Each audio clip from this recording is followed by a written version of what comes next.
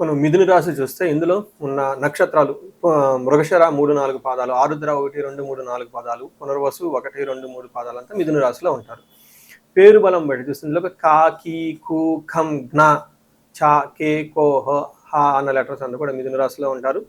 మనం ముందుగా చెప్పుకున్న విధంగా 4 గ్రహాలు మారుతూ ఉన్నాయి. అందులో ఫస్ట్ మారేది కుజుడు 11వ తారీఖున, 14వ తారీఖు వచ్చేటప్పుడు శుక్రుడు, 15వ తారీఖున 2 గ్రహాలు ఒకేసారి మారుతూ ఉన్నాయి. అవి కూడాను సూర్యుడు ప్లస్ బుధుడు అని మనం చెప్పుకోవచ్చు. ఈ యొక్క గ్రహాల మార్పు వల్ల మనకి లఘు గోచారము లేదా సూక్ష్మ గోచారం అన్న కాన్సెప్ట్లో మహర్షులు మన గ్రంథాలు ఏం చెప్పారో ముందుగా తెలుసుకొని ఆ తర్వాత ఒక్కొక్క గ్రహాన్ని గురించి వివరించుకుంటూ వద్దాం.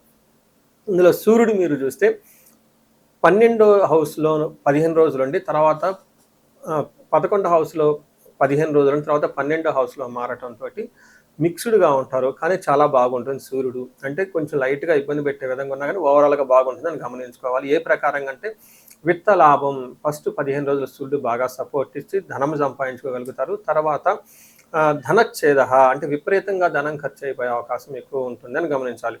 తర్వాత కుజుడు 11వ స్థానంలో ఉండటంతో రియల్ ఎస్టేట్లో ఉన్న వాళ్ళకి కానివ్వండి, బంగారం కొనుక్కోవాలనుకున్నా కానీ, తర్వాత అన్నదమ్ముల వల్ల కానివ్వండి, తర్వాత ధైర్య సాహసాల వల్ల, రిస్క్ టేకింగ్ ఎబిలిటీస్ వల్ల చక్కగా కలిసి వచ్చే అవకాశం ఉంటుంది. ఇది ఒక మంచి పొజిషన్ అని చెప్పుకోవచ్చు.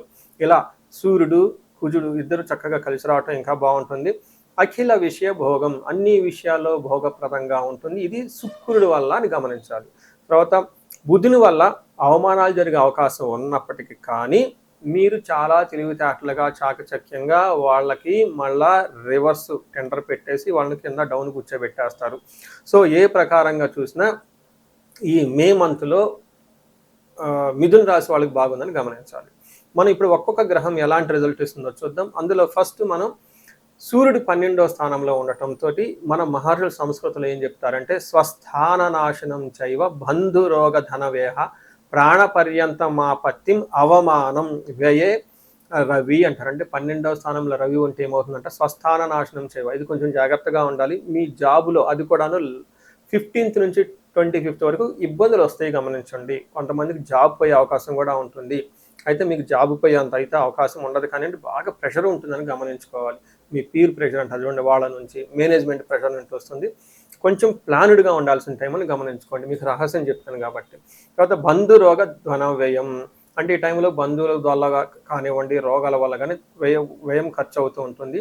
ప్రాణ పర్యంతం ఆపత్యం అవమానం, ఒక సంఘటన జరుగుతుంది తద్వారా అయ్యో ప్రాణాలు పోయే అంత పని అవ్వచ్చు, లేదా అవమానం విపరీతంగా జరగవచ్చు. పర్టికులర్గా ఇది కూడా అధికారం related, boss related, office related అని గమనించుకోండి. అయితే ఇందులో ఉన్న పాజిటివ్ నోట్ ఏంటంటే మీకు శత్రువులు ఎవరు ఉండరు, ఉన్నా వాళ్ళు మనాన్ని వాళ్ళు వెళ్ళిపోతారు, మిమ్మల్ని ఏమీ చేయలేరు. పెద్ద పెద్ద రోగాలు కూడా అయితే ఏమీ వచ్చేదని గమనించాలి. అయితే మనకి ఇంకొక ముఖ్యమైన విషయం, ఇంపార్టెంట్ విషయం, కుజుడు మీకు 11వ స్థానంలో ఉండటం చాలా చక్కగా కలిసి వస్తుంది. ఇందులో ఏమని చెప్తారు, ఆరోగ్యం అర్ధసిద్ధి సంతోషం వస్త్రలాభకృత్ యత్న కార్యానుకూలత్వం ధైర్యమే ఏకాదశి కుజే అంటారు. అంటే కుజుడు 11వ స్థానంలో ఉండి చాలా బ్యూటిఫుల్గా అద్భుతంగా మీకు సపోర్ట్ చేస్తూ ఉన్నారు. ఇలాంటి సపోర్ట్ ఎప్పటికో వస్తుంది, మళ్ళీ సంవత్సరానికి వస్తుంది, అంత మంచి సపోర్ట్ ఇస్తూ ఉన్నారు.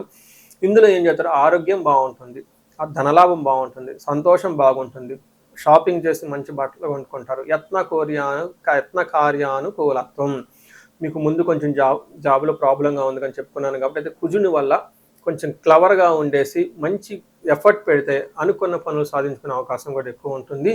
ఓవరాల్గా మనీ బాగుంటుంది, విజయవంతంగా ఉంటుందని గమనించుకోవాలి. ఇంకొక విషయంలో జాగ్రత్తగా ఉండాలి, డిస్ట్రక్షన్ ఆఫ్ ఫైనాన్స్ కూడా చూపిస్తుంది. అనుకోని విధంగా మీరు కూడబెట్టిన ధనం పోయే అవకాశము, నగలు పోగొట్టుకునే అవకాశం ఉంటుంది. ఇప్పుడు పెళ్ళిళ్ళ సీజన్ కాబట్టి అటు ఇటు ట్రావెల్ చేస్తూ ఉంటారు కాబట్టి 1కి 2 సార్లు మీ నగలు లేదంటే కష్టపడి సంపాదించుకున్న ధనాన్ని చాలా జాగ్రత్తగా పెట్టుకోండి. పోగొట్టుకోవటం చాలా ఈజీ. మీకు తెలుసు, కష్టపడాలంటే కొన్ని నెలలు కష్టపడితే కొద్దో గొప్ప కూడబెట్టుకుంటే మనం సంపాదించుకోగలుగుతాము. అయితే ఇలా సంపాదించుకున్న దాన్ని జాగ్రత్తగా పెట్టుకోవడానికి ఇంకా ఎక్కువ కష్టపడాలి, పోగొట్టుకునే అవకాశం ఎక్కువ ఉంటుంది కాబట్టి జాగ్రత్తగా ఉండండి. శుక్రుడు మీకు ఫస్ట్ హౌస్లో ఉండటం అగైన్ ఇక్కడ చాలా మంచి చేస్తూ ఉన్నారు.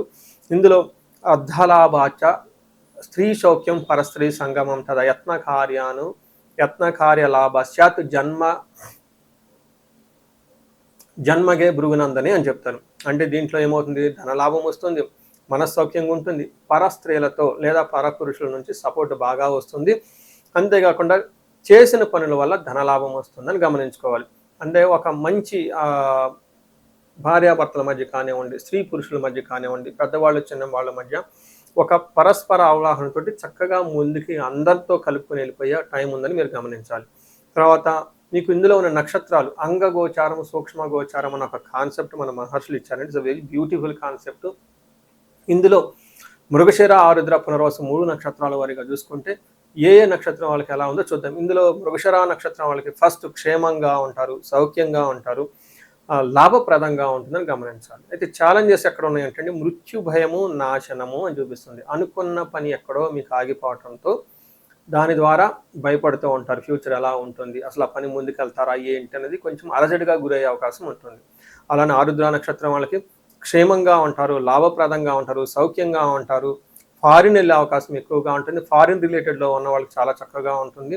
అంతేకాకుండా మృష్టాన్యము, మృత్యు భయము చూపిస్తూ ఉంటుంది. వీళ్ళు మంచి మంచి ఫుడ్ తింటూ ఉంటారు. మృత్యు భయము కొంచెం భయపడుతూ ఉండే అవకాశం ఎక్కువ ఉంటుందని గమనించాలి. అలానే పునర్వసు నక్షత్రం వాళ్ళకి పరవాసం ఉంటుంది, సౌఖ్యం ఉంటారు, క్షేమంగా ఉంటారు, లాభప్రదంగా ఉంటుంది. అయితే వీళ్ళకి దేహ పీడనము, నాశనము చూపిస్తుంటుంది. అయితే శారీరకంగా అలసట ఉండటంతో పాటు ఇంకొకటి ముఖ్యంగా గమనించుకోవాల్సింది శుక్రుని వల్ల, అంటే జెంట్స్ అయితే లేడీస్ అయితే జెంట్స్ ద్వారా మీరు తలపెట్టిన పని ఆటంకాలు కలిగించి ఇబ్బంది పడే అవకాశం ఉంటుందని గమనించుకోవాలి. సో ఎక్కువగా ఆరుద్ర, పునర్వసు నక్షత్రం వాళ్ళు కొంచెం హార్డ్ వర్క్ చేయాల్సిన అవసరం ఉంటుంది. కొంచెం అంటే లేట్గా పనులు అవడంతో ఎక్కువగా శ్రమ ఎక్కువగా పెట్టవలసి ఉంటుందని గమనించాలి. తర్వాత ఆరుద్ర నక్షత్రం వాళ్ళు కొంచెం మానసికంగా ఆందోళన ఎక్కువగా ఉంటుంది కాబట్టి దుర్గాదేవి ధ్యానం చేస్తే చాలా బాగుంటుంది.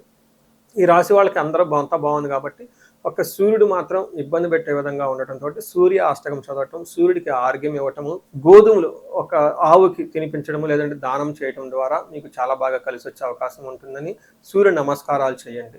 సో మీ రాశి వాళ్ళకి దాదాపు ఒక 75 to 80% బాగుంది కాబట్టి మంచి రాశి బాగుంది.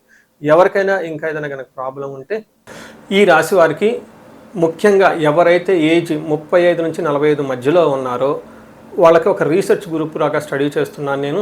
ఎవరికైనా గనక ఆర్థికంగా ఇబ్బందులు పడిపోతూ ఉంటే స్వర్ణలక్ష్మి విశేష హోమం అని ఉంటుంది, దాన్ని చక్కగా జరిపించుకోండి. తద్వారా మీకు బహుముఖ ఆదాయము వనరుల ద్వారా వచ్చే అవకాశం ఉంటుంది, మల్టీ సోర్సెస్ ఆఫ్ ఇన్కమ్ వస్తుంది. అంతేకాకుండా భార్యాభర్తల మధ్య చాలా చక్కగా అన్యోన్యంగా ఉండాలి, అభివృద్ధి జరగాలనుకున్నప్పుడు అన్యోన్య దాంపత్య పాశుపత అభిషేకము లేదా విశ్వావసు గంధర్వరాజ అభిషేకం అని ఉంటుంది, దాన్ని చక్కగా జరిపించండి.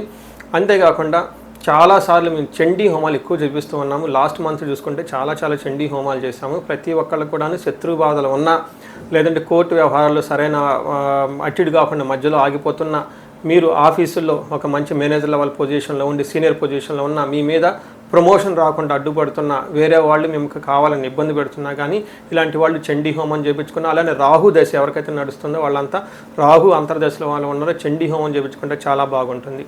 అంతేకాకుండా ఇది పిల్లలకి అకాడమిక్ టైం కాబట్టి మనకి విద్య బాగా రావటానికి మనకి 3 రకాల దేవతలను ఉపాసన చేస్తూ ఉంటారు జనరల్గా. హయగ్రీవ స్వామి, మేధా దక్షిణామూర్తి, నీలా సరస్వతి. మీ యొక్క ఇండివిజువల్ యొక్క జాతకం చూపించుకొని ఒక్కసారి ఆ యొక్క మీ యొక్క జాతకానికి అనుగుణంగా ఏ దేవతలకు సంబంధించిన ఉపాసన చేస్తే బాగుంటుంది, ఆరాధిస్తే బాగుంటుందో తెలుసుకొని తద్వారా ఆ యొక్క దేవతలకు పర్టికులర్ మేధా దక్షిణామూర్తికి మూలమంత్ర జపము, హోమము, దానాలు ఇవన్నీ చేసుకుంటూ ఉంటే అకాడమిక్స్లో పెర్ఫార్మెన్స్ వచ్చే అవకాశం ఎక్కువ ఉంటుంది.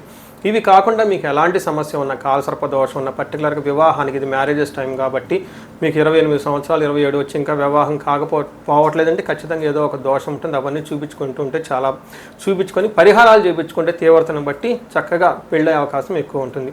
ఇవి కాకుండా మీ లైఫ్ అప్పటిదాకా 35 years వరకు చాలా బాగుంది, మాకు 35-45 మధ్యలో ఉండి అనుకోని విధంగా మేము మధ్యలో కెరీర్లో ఆగిపోయాము, స్టాగ్నేషన్ పీరియడ్ వచ్చింది, కన్ఫ్యూజన్ వచ్చింది, ఎటెల్లలో అర్థం కావట్లేదు అనుకున్న వాళ్ళు ఒక్కసారి జాతక చక్రం చూపించుకొని ఎందుకు ఇది వచ్చింది, దానికి ఏమన్నా శాపాలు ఉన్నాయా లేదంటే ఏమన్నా గ్రహ దోషాలు ఉన్నాయో తెలుసుకొని ఆ శాపాలు ఆ గ్రహ దోషాలు తీసేసుకుంటే లైఫ్ 10 ఖచ్చితంగా ముందుకెళ్తూ ఉంది. ఇంకా ఒకటి, ఎవరికైతే ఏలినాడు శని, అర్ధాశ్రమ శని, తర్వాత అష్టమ శని నడుస్తూ ఉందో వాళ్ళందరూ కూడాను చక్కగా సంపూర్ణ శాంతి పూజలు చేయించుకోవాలని చెప్పేసి, మీకు ఎలాంటి సమస్య ఉన్నా కానీ దానికి చక్కటి పరిష్కారం ఉంది. ఎలాంటి కన్ఫ్యూజన్ ఉన్నా దానికి పరిష్కారం మీ జాతకంలోనే ఉంది. చక్కగా పరిష్కారాలు చేసుకొని మీరు జీవితంలో 10 ముందుకు ఎలా ఎదగాలని, మీకు అష్టైశ్వర్యాలు కలగాలి, భోగభాగ్యం కలగాలి, చక్కగా సమాజంలో ఉన్నతంగా ఉండాలని చెప్పేసి నేను కోరుకుంటున్నాను. నమస్తే.